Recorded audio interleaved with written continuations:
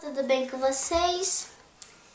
Eu tava chegando em casa, aí minha avó achou um pequeno cachorro preto na chuva, querendo ir pra casa. Minha avó deixou ele pra casa, ele não queria, ele tava perdido. Aí eu encontrei essa pequena coisinha linda.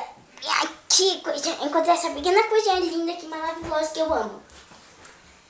E, gente, eu tô mandando esse vídeo que eu achei o cachorro, tudo tal, mas o do peixe, o aquário tava muito sujo. Quando eu fui ver, quando eu espalhei, o aquário tava muito sujo. E as bolinhas eu tive que jogar fora sem querer, por causa que aí eu limpei o aquário. Agora tá sem bolinha.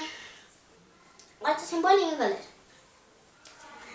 Agora tá sem bolinha e ó, ele fez 2 bolinhas. Minha prima curiosa foi lá e mexeu de novo. E espalhou.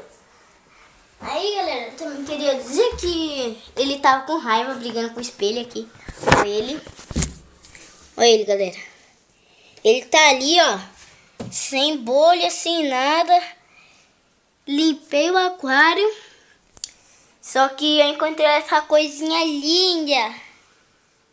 Esse meu pretinho. Olha aqui, pretinho. O Kelvin. Qualquer dia vem aqui, firmeza?